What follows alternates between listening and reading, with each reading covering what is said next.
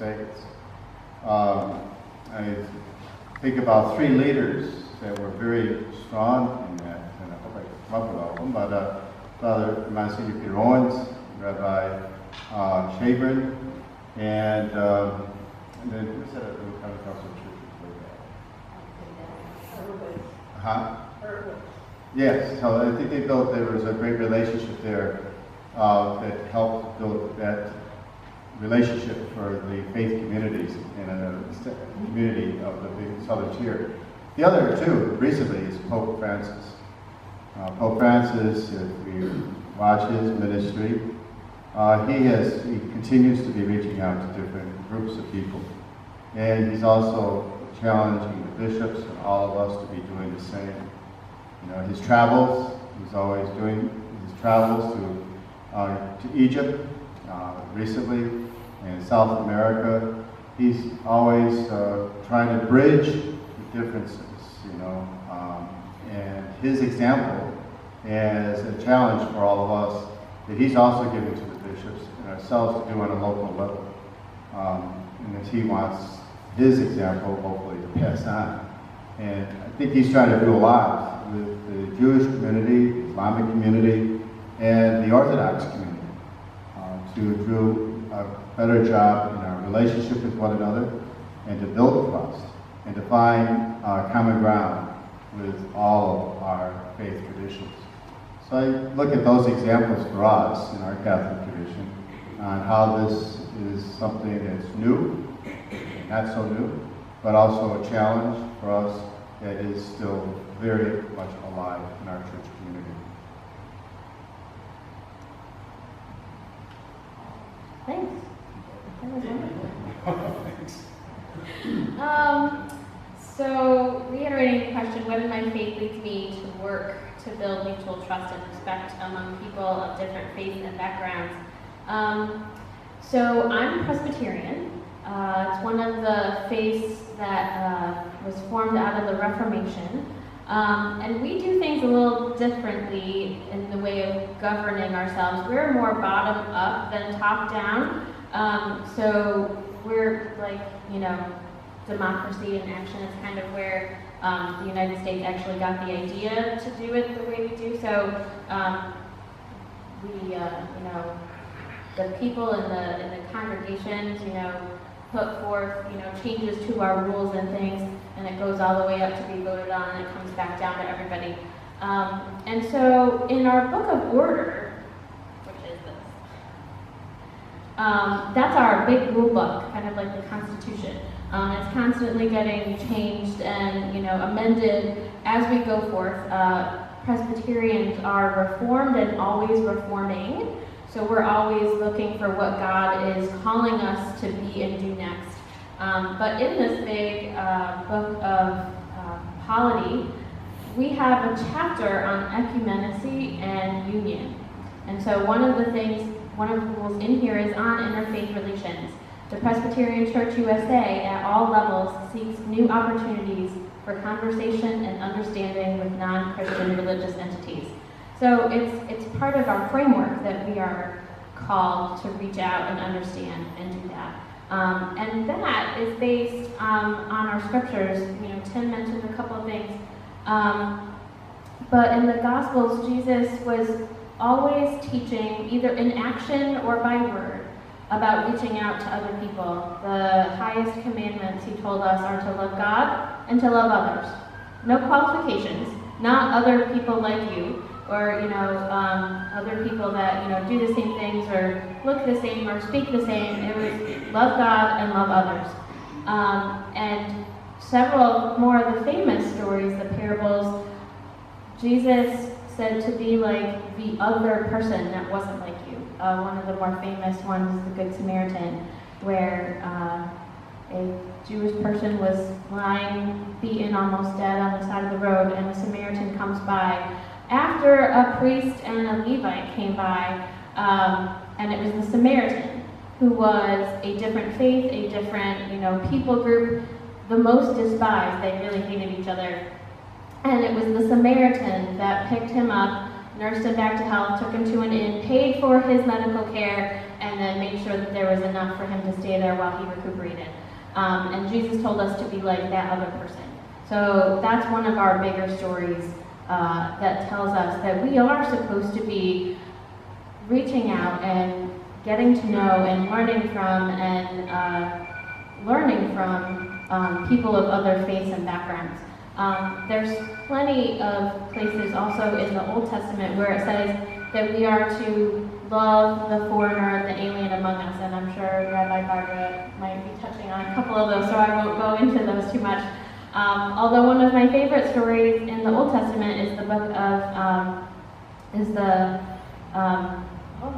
Ruth, book of Ruth, and she has two sons. Well, no, the mom has two sons, and one of the in-laws is Ruth, and she is of another country, and most assuredly of another religion, and they had been welcomed in as part of her family, and even as the sons both died, I mean, she loved them very much. One went back to her home, and one stayed with Naomi, and that was Ruth. So there are places all over in the scriptures that we read and study and try to follow that say that we are to reach out, that we are to get to know one another and to respect and love everybody. And I have always felt that there is so much to learn, and my faith grows deeper the more I learn about other religions and the other ways that God has come into the world and, tried to, speak God's message in different ways to different people. So that's what in my faith leads me to do that. Thank you, both of you. So there are a number of different levels, I think, for this, for me, and what informs me to do this work. It does tell us in the Torah, in the first 12 books of the Bible, it tells us, I believe it's 36 times, that we are to care for the stranger, reach out to the stranger, because we were strangers in the land of Egypt. So part of this is from our own experience to have that empathy for the other, whoever the other may be in whatever situation. And so part of the Jewish experience is being an other.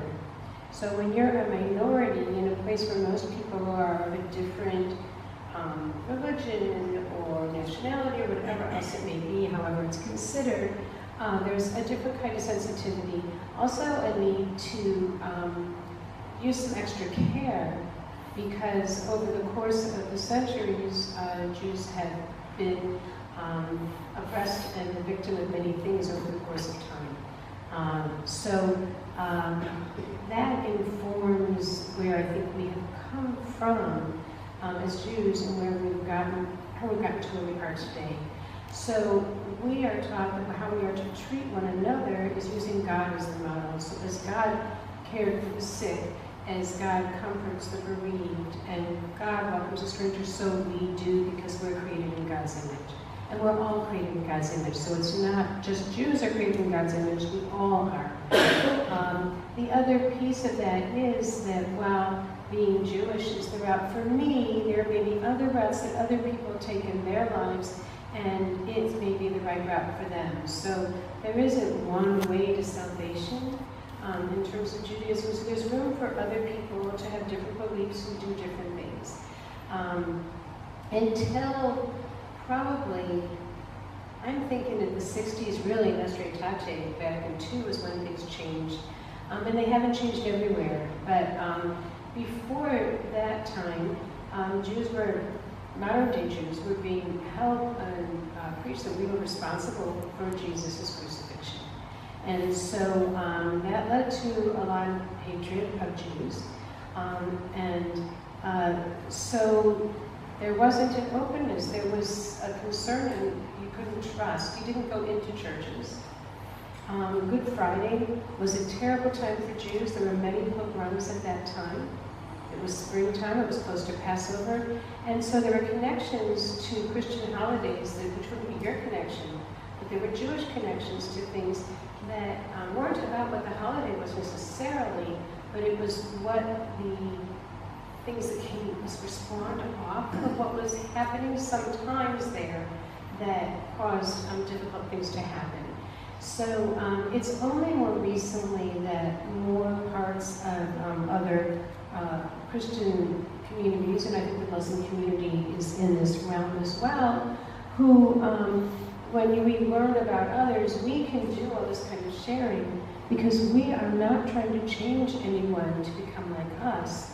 The missionizing piece in some other religions to save our souls when we are Jewish really gets in the way of coming together to build connections and mutual trust. So we are blessed to be in a time where we can come together and learn about one another, to learn about the things that are meaningful to one another, and be enriched by that, which was something that was not able to be done before. The whole area of Jewish-Christian understanding, of which Islam joined into later, began in Europe after World War II. And it was Christians who were grappling with how to make sense out of their role, their ancestors' roles, or their church's roles during the Holocaust. And as they wanted to wrestle with that, they approached the Jewish community, who was reeling from 6 million Jews being murdered in that time. So we came along in that process, not as those who initiated it, but who responded and came into the process. We are active, engaged partners now. Those first years, I think, was a very different piece of the process. So we have that legacy of the work that began and has flourished in this country when different movements have been able to say, you know, this is who we are, and you can be who you are, and we can agree there's more than one route to salvation, if that's the terminology we're talking in. That's opened up all of this as possibilities. So I think that's a piece of it. As a minority, there is, I used to talk about this with Kasim Kapuz, because when you are a minority, there is some safety and security in having relationships with people beyond yourself. Okay, because we hear of righteous non-Jews who did things to help to save Jews along the way, and we are seeing examples of that in other places in the world today. And so part of sort of starting this process was out of an interest for safety and security. But we also had a lot to undo because the information we had about Christianity was that a lot of anti-Jewish things happened with a Christian basis in the Middle Ages, and it stayed there. And that many people might reach out to you, be very warm and all, but they really wanted you to become Christian and they weren't going to accept you for who you were. So as the person I am, I'm not trying to change anybody to be anything different than you are, and I believe we are all children of God, and we may understand God differently, and there are many things in Judaism about many faces of God, and we, in one of our basic prayers, we talk about the God, we pray to the God of our ancestors, the God of Abraham, the God of Isaac, the God of Jacob, the God of Sarah, the God of Rebecca, the God of Rachel, the God of Leah. And the question was always, why don't we just say the God of Abraham, Isaac, and Jacob, Sarah, Rebecca, and Leah? Because each of them experienced God in their own way. And by each of them having their own experience of God, that validates the fact that we all experience God differently. And so we can acknowledge the diversity of our own personal experience, what we bring to it, and what we get from it. And that opens up the possibility of learning about things quite different from my own. I'm still struggling about ignorance and stupidity about many other faiths and the things I just never knew. And also different experiences. I was floored when I learned less than a year ago that Native Americans didn't get to vote in our elections until the 1960s. And I was appalled that I didn't know. And so what else don't I know, and how am I going to find out those things? And that's by our learning and talking together and being with each other. I hope many of you will be with some of us next weekend on the 1st at the March for Racial Justice, Vigil for Racial Justice. It's a sister local event related to the March for Racial Justice, which is next Saturday in Washington, D.C. And we also have a celebration of Gandhi's birthday and looking at his efforts for peace. Two different whole traditions that many people find meaningful, and some who are very involved in one can't quite bridge to the other. We're all willing to try to, I think, learn about the possible bridges. But some other people may not be there yet. Does that mean they're wrong? I think that means that they need to learn more about where they are starting from as well. And who are we to understand it all? But I think we're open to that understanding. This is the period between Jewish New Year, Rosh Hashanah, and Yom Kippur. And Yom Kippur is our Day of Atonement, our fast day. So it's a time when we do what's called Teshuvah. Usually it's translated repentance. And we look at what we've done in the past year, and we come to terms with it, acknowledge what we've done or not done, and try to apologize to the people we may have hurt, and resolve things with people, and then we can ask God forgiveness. So this year I found somebody else translating it, suggesting it's about a realignment. So if we realign ourselves and our priorities and who we are in terms of others, it's an interesting another way to look at this period of time.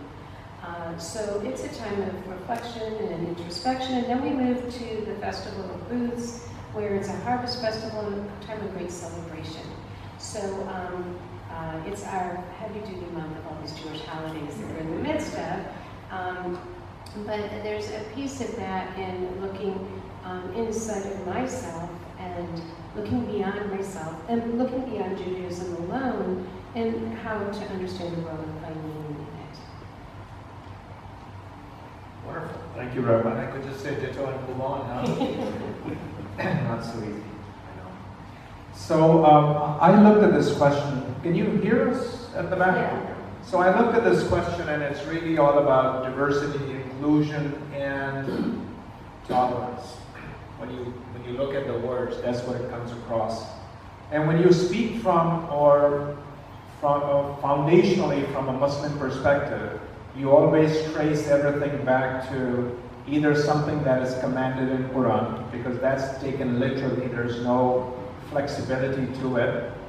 The second rung of that is always teachings of Prophet Muhammad, or how he did things. So that's called sunnah in the Arabic word, which is why the majority of the Muslims are called Sunnis, because Sunnis are people that follow the sunnah of the Prophet.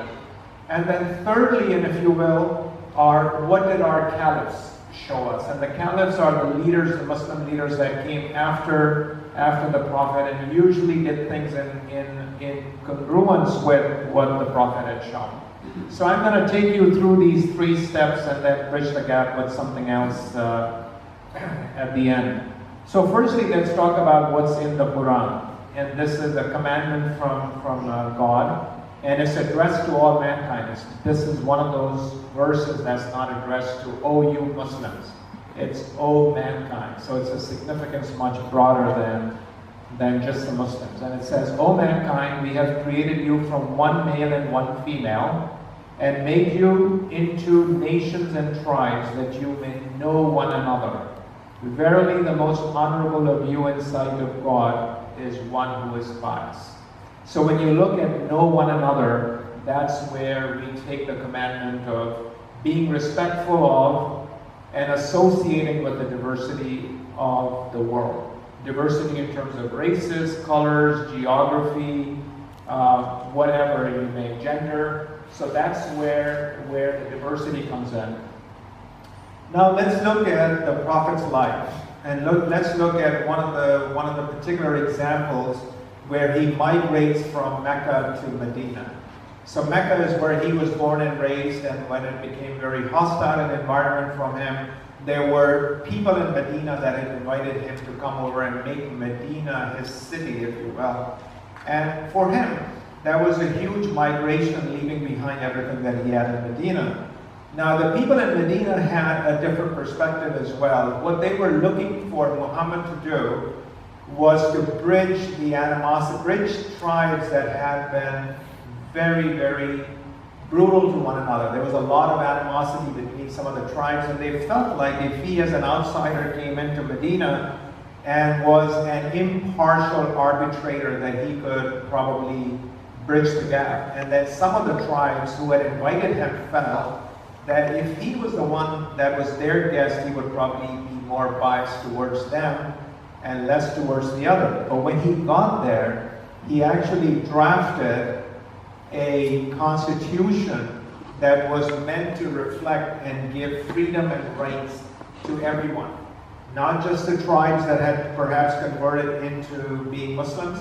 Most of the tribes there were neither Jewish nor Muslims. They were following their own faith, which in today's world we would call as unbelievers, if you will. But there were two major tribes of Judaism there as well. And those tribes were also looking for harmony between the various nations and tribes that were in Medina. So the constitution that he wrote addressed, among some other things, the rights and duties of all citizens, the relationships between the different faiths and communities, especially recognized the Jewish communities and the Christians as the people of the book, which throughout Quran gives them a very special place. And everywhere that is mentioned about Jewish and Christian, they're always mentioned by the fact that they are people of the book. So that's the prophet's life. Now let's fast forward maybe 20, 30 years or a little bit more, I would say, beyond the death of the prophet. And it's when the Muslims arrive in Jerusalem. Now, arriving in Jerusalem, they found a very multi-religious community, as you can imagine, as it exists today. It existed at that time as well. There were very few Muslims. There were more Christians and Jewish residing there. And Omar, who was the caliph at the time, he was the second caliph, reached into Jerusalem and went on a trip. And the first thing that happened was one of the pastors of one of the priests of the church said, "You have no place for worship, and so why don't all of you Muslims use our church as a place of worship till you reside in Jerusalem?" And Omar, instead of taking him up on it, vehemently declined to do so. And the reason why he did so was on the pretext that if he were to accept worshiping in that church, then all churches that were in Muslim dominions would immediately be converted into mosques, which is not what he wanted to do. He made sure that the constitution in Jerusalem at the time gave everyone complete assurance of safety for their lives and possessions, and more importantly, made sure that the places of worship would not be converted or destroyed. So that kind of sets the tone for what's in the Quran, what did Prophet Muhammad do, what did Umar do. Now I fast forward even more into the end of the Crusade period. This is where we have a common link with Father Tim sitting at the end. There was a pope at the time, and it was Pope Assisi. And of course, you can imagine the crusade happening, the animosity between the Christians and the Muslims were at its peak. And Salah ad-Din Ayyubi had just conquered or reconquered Jerusalem back. And instead of going into Jerusalem and wiping out the population, which was the norm at the time, when conquerors used to go in some place, they used to wipe out, he had proclaimed the safety and assured everyone of safety in Jerusalem. But the amazing part that Pope Assisi walked from Rome to Jerusalem to link up with the Muslim leader at the time and set the tone for harmony between the three faith religions, which changed the course of history for the next 500 years. And there is a movie that's been made, and it's called The Pope and the Sultan. And I've given a copy of that to Father Tim to see. It is now available for public viewing. It was a privately funded movie, and it talks about how religious leaders in times of great conflict and times of great misery can get together and change the course of nations and the history. It's something for us to all get from. So that kind of sets the tone for how you look at diversity, inclusion, and acceptance of the faiths. And we're sort of in a little microcosm exhibiting this in the southern tier through the Children of Abraham that you're all part of, where we're able to get together and understand the similarities, which are many, between the religions, and be accepting and recognizing of the differences that may be in the three books of faith that we have. Unitarian Universalists in this circle are the young kids on the block. We don't have thousands of years of history. We have a couple hundred. We often speak of Unitarian Universalism reaching back to around the same time as the Protestant Reformation. But one thing that I would note is that what's happening in Europe with Unitarianism is different than what's happening in America with Unitarianism and Unitarian Universalism. And so what's happening in the American experience of Unitarian Universalism dates back to around the time of the American Revolution, the late 1700s, early 1800s. And so it really is just a couple of hundred years old as its own tradition. It was fairly clear at the beginning that Unitarianism and Universalism were arguments against Protestant Christianity. We were arguing against the nature of God as the Trinity. We were arguing against the eternal punishment of hell. And so it was pretty clear we were Christian, but trying to be different from other Christians that we were having an argument with. Within a couple of generations, it shifted. Something shifted in the American version of Unitarianism and Universalism that began to expand beyond an identity that was an argument against Christianity.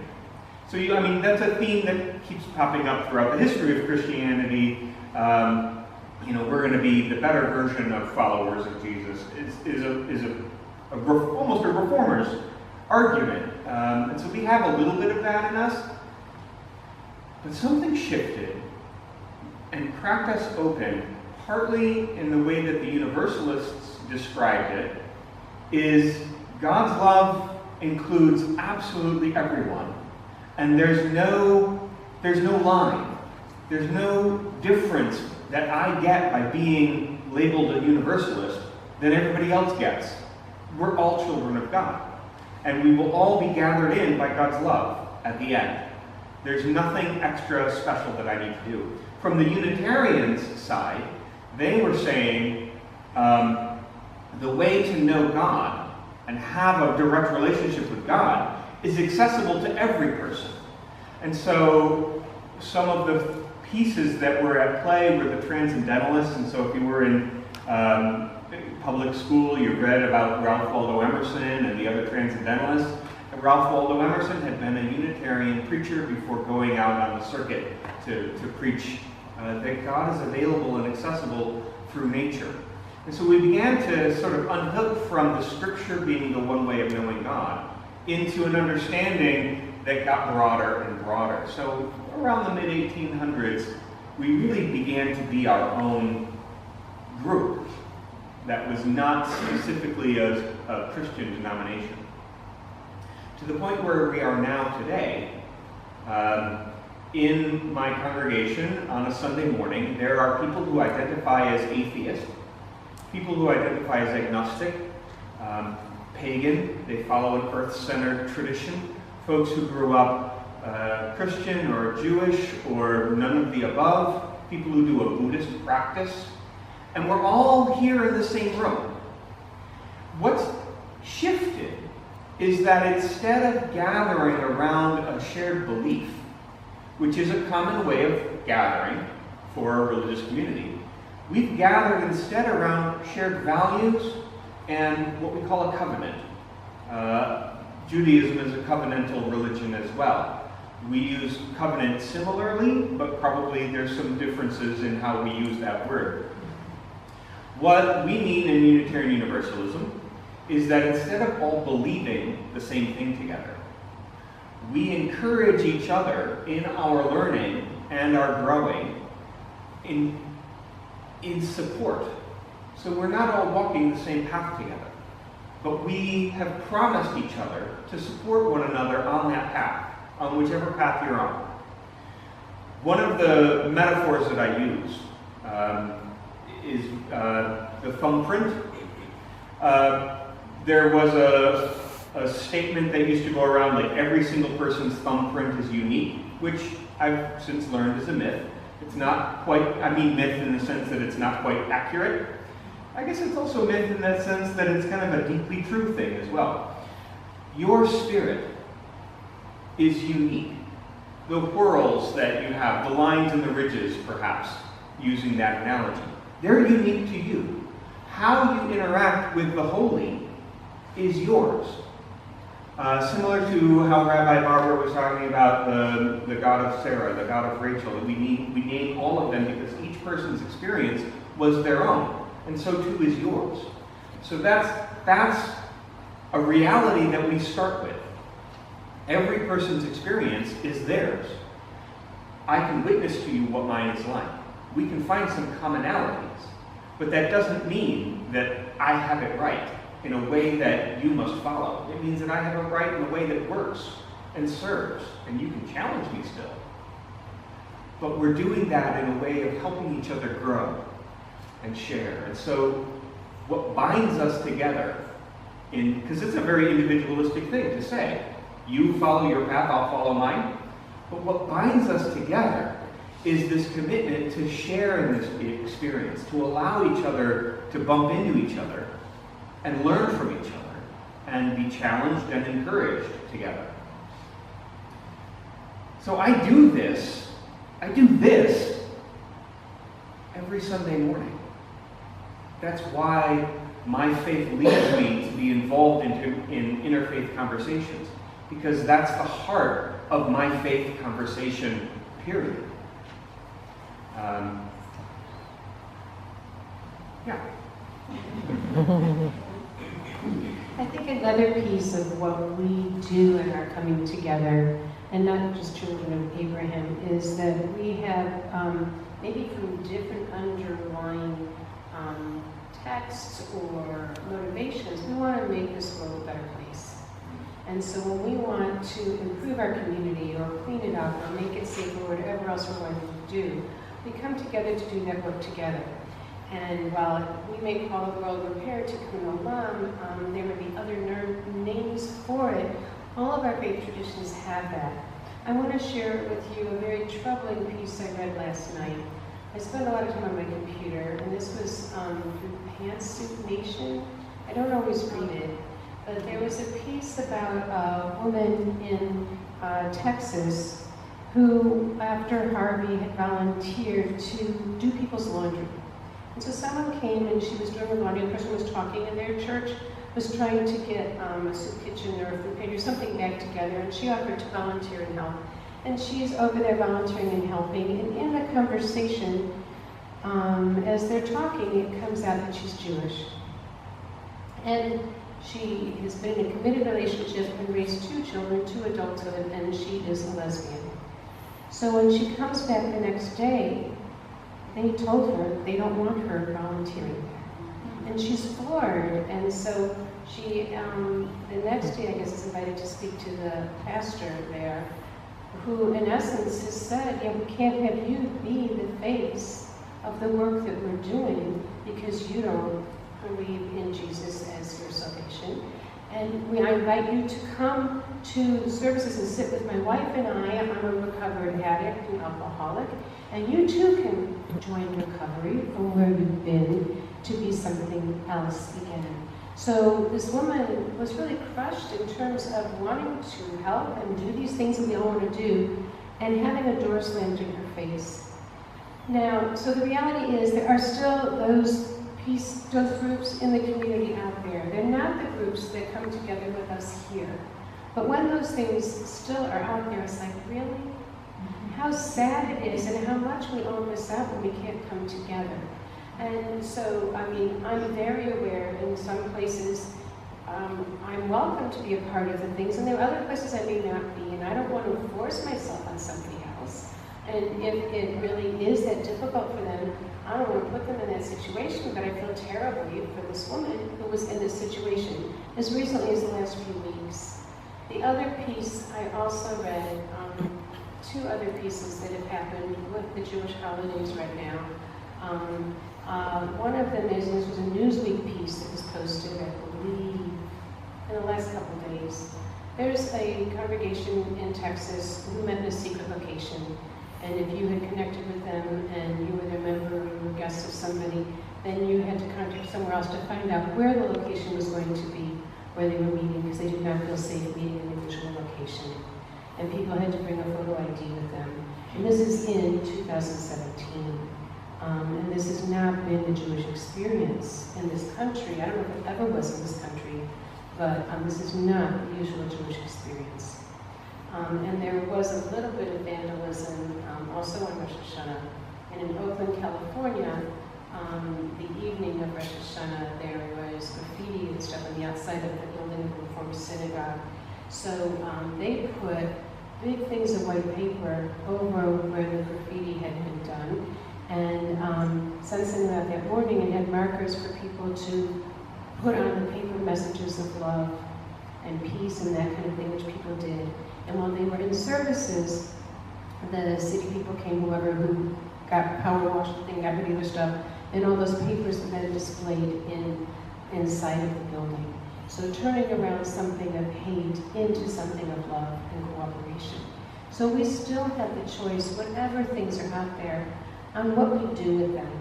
And the beauty of what we've been doing now for, our first organizational meetings were almost 10 years ago, is finding common ground so that hopefully nothing happens, but if anything does, and we've had things happen where people have decided this group or that group is other, that we support one another because we already know each other and we have a basis for being together as a community.